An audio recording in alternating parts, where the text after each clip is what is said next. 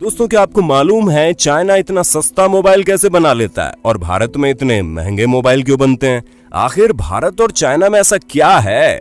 शायद आपको ये भी नहीं मालूम कि चाइना मोबाइल बनने का प्रोसेस क्या होता है। जानिए वीडियो के लास्ट तक बने रहना। आज की हमारी इस वीडियो में हम आपको जो बातें बताने वाले हैं वो वाकई में आपकी आंखें खोल कर रख देंगी, क्योंकि आज आपको कुछ ऐसी चीजें पता चलेंगी जो शायद ही आप लोगों ने कभी सोची हो। जैसा कि हमसे लगातार ये पूछा जाता है कि क्यों चाइना के मोबाइल इतने सस्ते मिलते हैं और बाकी देशों के मोबाइल इतने महंगे होते हैं, तो आज की इस वीडियो में आपके सभी सवालों का जवाब आपको मिल जाएगा। आखिर क्यों चाइना के मोबाइल इतने सस्ते होते हैं और उसके अलावा चाइना के मोबाइल फोन से रिलेटेड कई सारी बातें हैं जो आपको इस वीडियो में पता चलेंगी। इसलिए दोस्तों, नीचे रेड कलर का सब्सक्राइब बटन दिख रहा होगा, उस पर क्लिक करके सब्सक्राइब कर लें और साइड में बेल आइकॉन भी दिख रहा होगा, उस पर रियलमी, ओप्पो, वीवो, इसके साथ ही कई सारी और भी नामी गिरामी कंपनीज मार्केट में मौजूद हैं, जिनके मोबाइल फोन्स मार्केट पर कब्जा जमा कर बैठे हैं। और सबसे ज्यादा कब्जा तो अकेले शाओमी ने कर रखा है, जहां दुनिया भर में सबसे ज्यादा बिकने वाला फोन तो यही है। ऐसे में दोस्तों, ये फोन न सिर्फ आपको सस्ते मिलते हैं बल्कि अपने नाम में अपने से दुगने दाम वाले मोबाइल फोन के टक्कर भी देते हैं। और यही वजह है कि कस्टमर इन्हें सस्ता, सुंदर, टिकाऊ समझकर खरीद लेता है। पर सवाल यहाँ यह आता है कि आखिर चाइना में बनने वाले ये मोबाइल फोन इतने सस्ते मिलते कैसे हैं? दोस्तों, हम आपके सवाल का जवाब देने के लिए इस वीडियो को अलग अलग फैक्टर्स में डिवाइड कर देते हैं, क्योंकि आपको ये बात विस्तार से समझानी बहुत जरूरी है कि चाइना किस तरह की स्ट्रेटेजी पर काम करता है। और वहां पर मोबाइल फोन सस्ते होने का सबसे बड़ा फैक्टर है लेबर, यानी कि श्रमिक।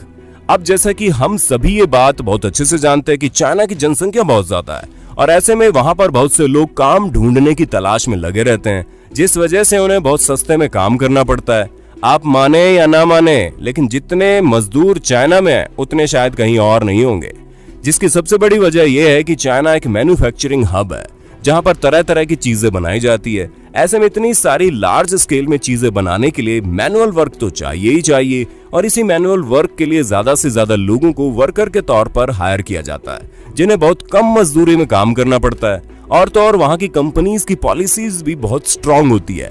कई बार तो ऐसा होता है रात भर कंपनी में वर्कर्स काम करते हैं। अब जाहिर सी बात है, जब वर्कर कम रेट में मिलेंगे तो ऑटोमेटिकली प्रोडक्ट का रेट कम हो जाएगा। वहीं अगर हम दूसरे फैक्टर की बात करें तो चाइनीज कंपनीज चीप मार्केटिंग करती है, यानी अपनी मार्केटिंग में बहुत ज्यादा पैसा खर्च नहीं करती, ना ही ये इतने बड़े बड़े शोरूम बनवाती है, और यही वजह है कि इनके प्रोडक्ट्स सस्ते होते हैं। और दोस्तों, अगर हम तीसरे फैक्टर की बात करें तो कंपनीज को सुविधा बहुत ज्यादा मिलती है, और वो सुविधाएं उन्हें कोई और नहीं बल्कि चीन की सरकार देती है, क्योंकि वो ये जानती है कि हमारा देश इन्हीं बड़ी बड़ी कंपनियों की वजह से चल रहा है, जिस वजह से वो जितनी हो सके उतनी सुविधाएं इन कंपनीज को मुहैया करवाती है।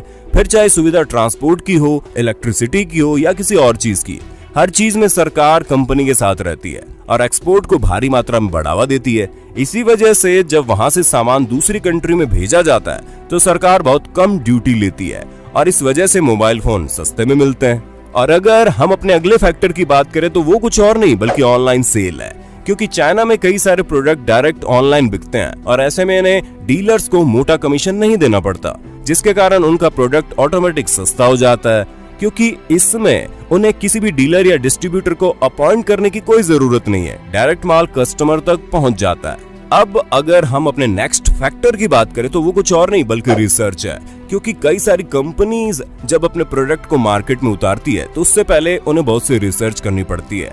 उसी में काफी सारी मेहनत और पैसा भी खर्च होता है, जिस कारण प्रोडक्ट की कीमत बढ़ जाती है। लेकिन चाइना में किसी भी तरह के प्रोडक्ट की कॉपी करने के लिए कोई भी नियम कानून नहीं बनाया गया है, जिस वजह से कोई भी कंपनी दूसरी कंपनी की कॉपी करके मार्केट में आराम से उतर जाती है और उसे ज्यादा रिसर्च नहीं करनी पड़ती। जाहिर सी बात है, जहां जहां पैसा बचता है वहां वहां प्रोडक्ट की रेट गिरती जाती है। अब दोस्तों, हमारा नेक्स्ट फैक्टर है क्वालिटी। ये बात तो हम सभी जानते हैं कि चाइना के जो प्रोडक्ट्स आते हैं उनकी क्वालिटी काफी लो होती है। हालांकि इतनी लो भी नहीं होती कि उसे हम चला ना पाए, लेकिन हाँ, बाकी देशों की कंपनी के मुकाबले ये अपनी क्वालिटी लो रखते हैं। और इसके साथ ही चाइना हर क्वालिटी का प्रोडक्ट बनाता है, हाई, मीडियम और लो। ये तो कस्टमर पर डिपेंड करता है कि उसे किस तरह के प्रोडक्ट्स खरीदने हैं। अब तक आपको पता चल गया होगा कि चाइना के प्रोडक्ट इतने सस्ते क्यों होते हैं, क्योंकि हमने उससे रिलेटेड सभी फैक्टर डिस्कस कर दिए हैं। लेकिन अब अगर बात करें इंडिया के प्रोडक्ट्स के इतने सस्ते क्यों नहीं होते, तो सबसे पहले इंडिया में कंपनीज को सरकार की तरफ से उतना सपोर्ट नहीं मिलता जितना मिलना चाहिए। हालांकि अब तो गवर्नमेंट कई सारे नए रूल्स लेकर आई है जिस पर अगर काम किया जाए तो देश में मोबाइल और गैजेट मैन्युफैक्चरिंग काफी बढ़ सकता है। पर ये सभी सुविधाएं बस कुछ ही सालों पहले आई थी और तब तक चाइना के सभी मोबाइल हमारी कंट्री में पूरी तरह से छा गए थे, जिस कारण कोई इंडियन कंपनी चाहकर भी उठ नहीं पा रही थी। उसके साथ ही यहाँ पर किसी भी प्रोडक्ट की कॉपी नहीं कर सकते और लेबर के लिए तो कड़े कानून हमारे देश में मौजूद हैं, जिसमें अगर इन्हें चाइना की तरह रात रात भर काम कराया जाएगा तो कंपनी बंद होने के कगार पर आ सकती है। और यही सब सारी वजह है कि हमारे देश में मोबाइल फोन सस्ते नहीं मिलते। पर हमें उम्मीद है कि आने वाले समय में कुछ बदलाव जरूर होंगे, जिसमें हमारे देश में बनाए जाने वाले गैजेट्स भी दुनिया भर में अपना नाम करेंगे। बाकी आपको इसके बारे में क्या कहना है कमेंट में बता दो। बाकी अब वक्त है आपसे अलविदा लेने का। हमारी आज की वीडियो कैसी लगी? शानदार लगी ना? तो इसे सब तरफ फैला दीजिए और हमारे वीडियोस को देखने के लिए चैनल को लाइक शेयर सब्सक्राइब कर देना। हम फिर मिलेंगे नए वीडियो में, तब तक के लिए जय हिंद जय भारत।